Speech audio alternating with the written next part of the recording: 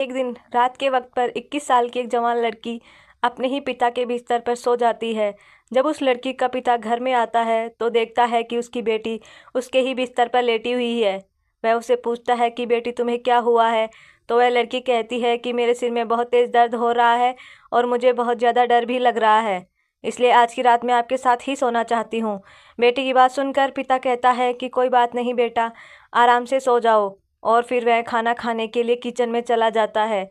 खाना खाने से पहले वह थोड़ी बहुत ड्रिंक भी करता है और उसके बाद खाना खाकर अपने बिस्तर पर आकर लेट जाता है।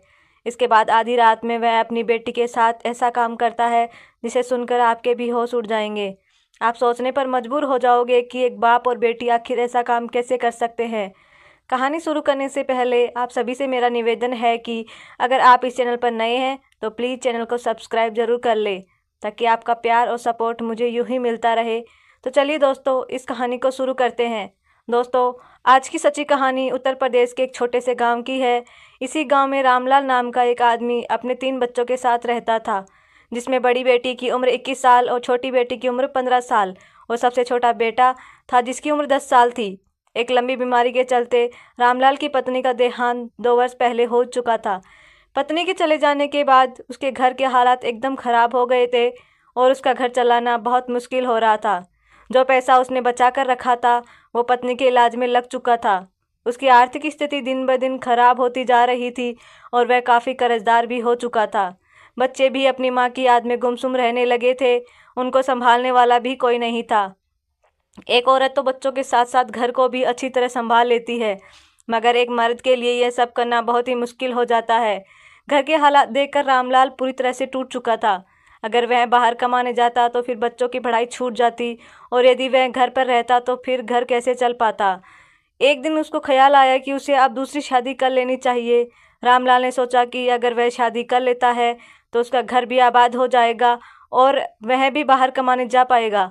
फिर वह अपनी बेटी से कहता है कि बेटा, मैं सोच रहा हूँ कि दूसरी शादी कर लूँ, इससे तुम लोगों की देखभाल भी अच्छे से हो जाएगी और मैं भी बाहर कमाने जा सकूँगा। तुम्हारी माँ के चले जाने के बाद जो तुम सबकी हालत हो गई है, अब मुझे देखी नहीं जाती। पिता की इन सब बातों को सुनकर बेटी एकदम से खामोश हो जाती है। उसके ज़ुबान से एक भी शब्द नहीं निकल पाता। रामलाल बेटी को समझाते हुए कहता है कि देखो बेटा, अगर मैं कमाने नहीं गया तो फिर घर चलाना मुश्किल हो जाएगा और मैं तुम सबको पढ़ा लिखा नहीं पाऊँगा। इतना समझाने के बावजूद भी वह लड़की खामोश ही रही। रामलाल सोचता है कि उसकी बेटी अभी दुखी है, फिर किसी और दिन बात करेगा। उसके बाद वह वहाँ से चला जाता है और वह लड़की सोचने लगती है कि जब उसके पिता शादी कर लेंगे जो सौतेली माँ आ जाएगी तो सौतेली माँ कभी अच्छी नहीं होती। उसने यह सुना भी था और अपनी आंखों से देखा भी था। वो ये भी सोच रही थी कि अभी उसके पिता अपने बच्चों से बहुत प्यार करते हैं, अगर शादी के बाद वह भी बदल जाएंगे तो सौतेली माँ हमारे ऊपर बहुत अत्याचार करेगी और पापा भी उसी का साथ दिया करेंगे। उस दिन वह लड़की रात भर सो न सकी और पूरी रात यही सब सोचती रही। जब वह लड़की अगले दिन कॉलेज जाती है तो उसे रास्ते में एक सहेली मिल जाती है और जो उसके साथ कॉलेज में ही पढ़ा करती थी। फिर वह लड़की अपनी सहेली को सारी बात बता देती है जो उसके पिता ने अपनी शादी के बारे में उससे कही थी। उसकी सहेली कहती है कि यह तो बहुत गलत होने वाला है तुम लोगों के साथ। अगर तुम्हारे पापा ने शादी कर ली तो तुम्हारे ऊपर बहुत बड़ी मुसीबत आ जाएगी। और सौतेली माँ के बारे में तो तुमने सुना ही होगा कि वह किस तरह की होती है। तुम्हारे पापा यह शादी तुम लोगों के लिए नहीं कर रहे हैं, बल्कि वह तो अपने शारीरिक सुख के लिए कर रहे हैं। उन्हें तो बस अपने लिए एक जीवन साथी चाहिए जो उनकी जिस्मानी ज़रूरतों को पूरी कर सके। तुम्हारे पापा को जिस्मानी इच्छा बहुत परेशान कर रही है, इसी वजह से वह शादी करना चाहते हैं। तुम कभी यह मत सोचना कि वो ये शादी तुम्हारे लिए कर रहे हैं, बल्कि उन्हें तो बस अपनी ज़रूरतों को पूरा करने के लिए एक औरत चाहिए। वह लड़की अपनी सहेली की बातें सुनकर बहुत ही परेशान हो जाती है और उसे यह लगता है कि उसके पिता शादी करके रहेंगे। फिर उसकी सहेली कहती है कि मेरे पास एक आइडिया है, अगर तुम कर सको तो। वह लड़की कहती है कि ठीक है, मैं अपने भाई बहन के लिए कुछ भी कर सकती हूँ। फिर उसकी सहेली कहती है कि तुम्हारे पापा को सिर्फ अपनी ज़रूरत के लिए औरत चाहिए। अगर तुम अपने पापा के साथ ऐसा कर सको तो फिर उन्हें शादी की ज़रूरत नहीं रहेगी और वह कभी भी शादी नहीं करेंगे। फिर वह लड़की इस बात को गहराई से सोचने लगती है और इस नतीजे पर पहुंचती है कि चाहे उसे कुछ भी करना पड़े, पर वह अपने भाई बहन को कभी बर्बाद नहीं होने देगी। अब उस लड़की ने ठान लिया था कि किसी भी कीमत पर वह अपने पापा की शादी नहीं होने देगी। उस दिन कॉलेज से आते आते उसे शाम हो गई। क्योंकि वह कॉलेज के बाद अपनी सहेली से काफ़ी देर तक बातें कर रही थी। फिर वह घर आकर खाना बनाने लग जाती है और अपने भाई बहन को खाना खिलाकर उन्हें अपने अपने कमरे में सोने के लिए भेज देती है। उसके बाद वह लड़की खाना खाकर अपने पापा के बिस्तर पर लेट जाती है। कुछ देर बाद उस लड़की का पिता घर आता है और जब वह देखता है कि उसकी बेटी उसके ही बिस्तर पर लेटी हुई है तो वह उससे पूछता है कि बेटी, तुम्हें क्या हुआ है। तो वह कहने लगी कि पापा, मेरे सिर में बहुत ज़्यादा दर्द हो रहा है और मुझे डर भी लग रहा है, इसलिए आज की रात मैं आपके साथ ही सोना चाहती हूँ। बेटे की बात सुनकर वह कहता है कि कोई बात नहीं बेटा, तुम आराम से सो जाओ। थोड़ी देर बाद खाना खाने के लिए वह किचन की ओर चला जाता है और खाना खाने से पहले थोड़ी बहुत ड्रिंक भी कर लेता है। उसके बाद वह खाना खाकर अपने बिस्तर पर आकर लेट जाता है। एक तरफ वह लड़की लेटी हुई थी और दूसरी तरफ उसके पिता थे, मगर उन दोनों के ऊपर अलग अलग कंबल थे।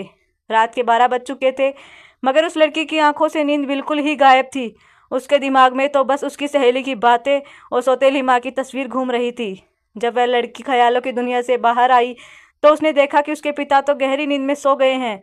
फिर वह लड़की डरने का नाटक करते हुए अपने पापा के कंबल में जाकर उनके करीब हो जाती है। थोड़ी देर बाद वह लड़की धीरे धीरे अपने पापा के और भी ज़्यादा करीब होने लगती है। नशे के कारण उनका बाप भी मदहोश होने लगता है और जब तक उसे होश आया तब तक उसके अंदर का शैतान जाग चुका था, इसलिए वह खुद को रोक न सका और उसके बाद जो हुआ वो तो आप जानते ही हो। अगली सुबह जब वह सोकर उठते हैं तो दोनों ही बहुत खुश थे। उन्हें किसी भी तरह की कोई शर्म या पछतावा नहीं था।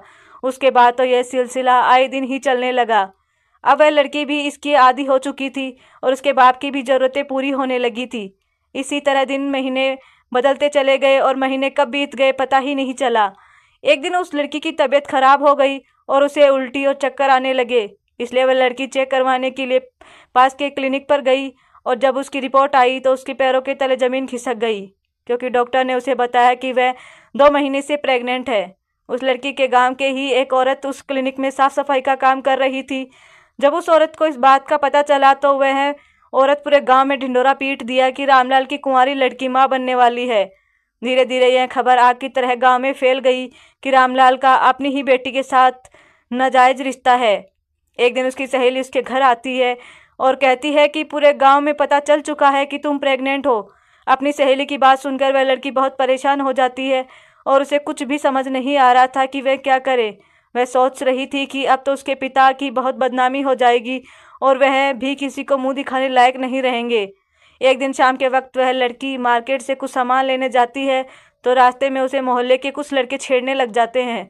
गलत बातें करके उसको परेशान करने लगते हैं और उसका बहुत ही मजाक उड़ाते हैं। वह लड़की बहुत शर्मिंदा हो जाती है और सामान खरीदकर घर वापस आ जाती है। घर आने के बाद वह लड़की रात का खाना बनाने लगती है। भाई बहन और अपने पिता को खाना खिलाकर वह अपने रूम में चली जाती है। अब उसके दिमाग में सिर्फ एक ही बात चल रही थी कि उसकी और उसके पिता की बहुत बदनामी हो रही थी और वह सर उठाकर कभी भी नहीं जी पाएगी। यह सब सोचते हुए रात के करीब 1 बज चुका था। तभी वह एक कदम उठाती है और उस लस्सी लेकर जंगल की ओर चली जाती है। जंगल में पहुंचकर वह अपने आप को फंदे से लटका लेती है। सुबह 5 बजे के करीब उसी गांव का एक आदमी जंगल की ओर जाता है तो वहां का मंजर देखकर उसके होश उड़ जाते हैं। जब वह पास जाकर देखता है तो दंग रह जाता है, क्योंकि वह लड़की उसी के गांव के रहने वाले रामलाल की बेटी थी। और फिर वह आदमी इस खबर को पूरे गांव में फैला देता है। जब यह खबर उस लड़की के पिता को बताई जाती है तो उस लड़की का पिता और गांव के सभी लोग जंगल की ओर चले जाते हैं और उन्हीं में से कोई पुलिस को भी फ़ोन कर देता है। थोड़ी देर में पुलिस भी मौके पर पहुंच जाती है और उस लड़की को उतार कर उसको पोस्टमार्टम के लिए भेज देती है। जब पुलिस वहां के लोगों से पूछताछ करना शुरू करती है तो पूछताछ के दौरान लोगों ने बताया कि यह लड़की पेट से थी, इसलिए इसने आत्महत्या की है। एक आदमी ने तो यह भी बताया कि इस लड़की का अपने ही पिता के साथ नाजायज रिश्ता था और जो इस लड़की के पेट में बच्चा है वह भी इसी के बाप का है। लोग तरह तरह की बातें कर रहे थे और यह भी कह रहे थे कि भगवान ऐसे बाप बेटी किसी को भी ना दे। पुलिस फिर रामलाल को पकड़कर थाने ले जाती है और पोस्टमार्टम की रिपोर्ट के आने का इंतजार करती है। कुछ देर बाद पोस्टमार्टम रिपोर्ट भी आ जाती है और रिपोर्ट में साफ साफ लिखा हुआ था कि वह लड़की 2 महीने की प्रेग्नेंट थी। फिर पुलिस रामलाल से पूछताछ करना शुरू कर देती है और उसने इस बात को जल्द ही कबूल कर लिया कि उसके अपनी बेटी के साथ पिछले 5-6 महीने से नाजायज रिश्ते थे। उसके बाद रामलाल को कोर्ट में पेश किया जाता है और उसे 2 साल की सज़ा सुनाकर जेल भेज दिया जाता है। दोस्तों, कहते हैं कि बाप और बेटी को भी ज़्यादा देर तक एकांत में नहीं रहना चाहिए, नहीं तो मन में गंदे विचार आ ही जाते हैं। अगर गंदे विचारों ने किसी के मन में एक बार घर बना लिया तो फिर उसे भगवान भी नहीं बचा सकते। फिर वह इंसान कुछ ऐसा कर बैठता है जिसके कारण पवित्र रिश्ते भी शर्मसार हो जाते हैं। दोस्तों, इस कहानी को सुनाने का मकसद आपकी भावनाओं को ठेस पहुंचाना नहीं है, बल्कि आप लोगों को जागरूक और सचेत करना है। तो दोस्तों, यह थी हमारी आज की कहानी। आपको ये कहानी कैसी लगी हमें कमेंट करके ज़रूर बताएं, और यह भी बताएं कि आपको किसकी गलती लगती है, पिता की, बेटी की, या फिर उसकी सहेली की, जिसने उस लड़की को ये गंदा मशवरा दिया था। अगर कहानी अच्छी लगी हो तो इसे लाइक करें और चैनल को सब्सक्राइब जरूर करें। मिलते हैं कल एक और नई कहानी के साथ। आप अपना और अपनों का ख्याल रखें। धन्यवाद।